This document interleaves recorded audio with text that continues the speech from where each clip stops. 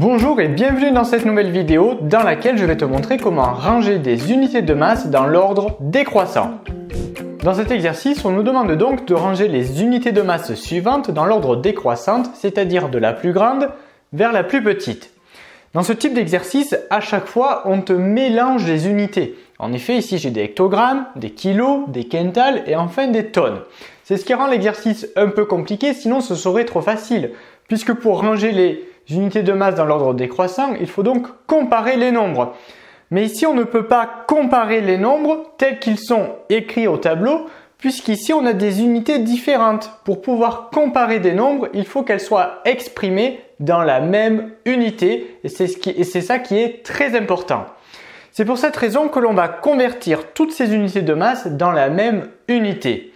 Moi, ce que je préconise à chaque fois, c'est de convertir vers l'unité la plus petite. Si on regarde ici l'ensemble des unités, la plus petite, eh bien, c'est l'unité hectogramme.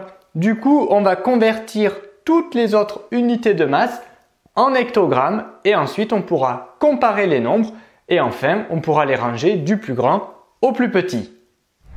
On commence ici avec le premier nombre, donc ici j'ai 7 tonnes et on a dit que l'on allait tout convertir en hectogrammes.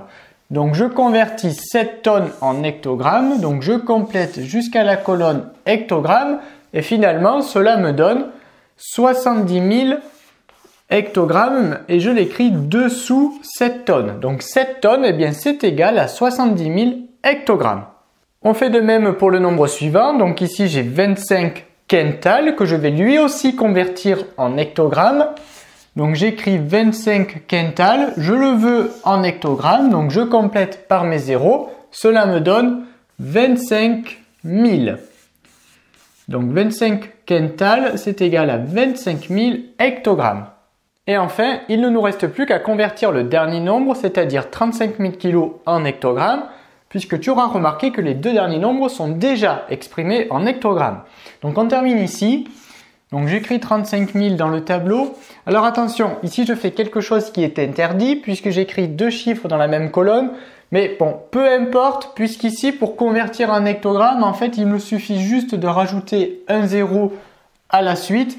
Mais là, pour l'information, on n'a pas le droit de faire ça normalement. Mais comme j'ai pas de place avant, j'ai pas la place pour la colonne d'avant. Donc finalement, 35 000 kilos, eh bien c'est égal à 350 000 hectogrammes. Donc j'écris dessous 350 000 hectogrammes.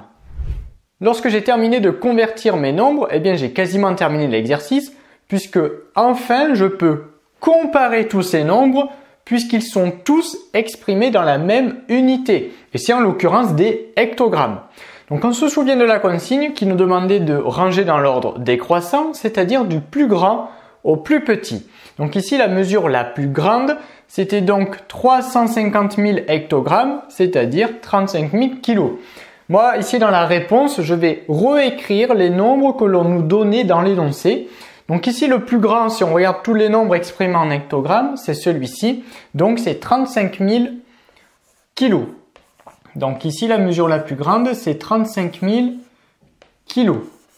Et comme on range dans l'ordre décroissant, plus grand que. Alors, plus grand que qui? Donc après, plus grand que celui-ci. Après, le suivant, celui qui est le plus grand, c'est 70 000 hectogrammes, c'est-à-dire 7 tonnes. Donc à la suite, on écrit 7 tonnes. OK pour lui. Plus grand que. Alors, plus grand que qui? Eh bien, on continue à comparer. Plus grand que 25 000 hectogrammes, c'est-à-dire 25 quintals. Plus grand que.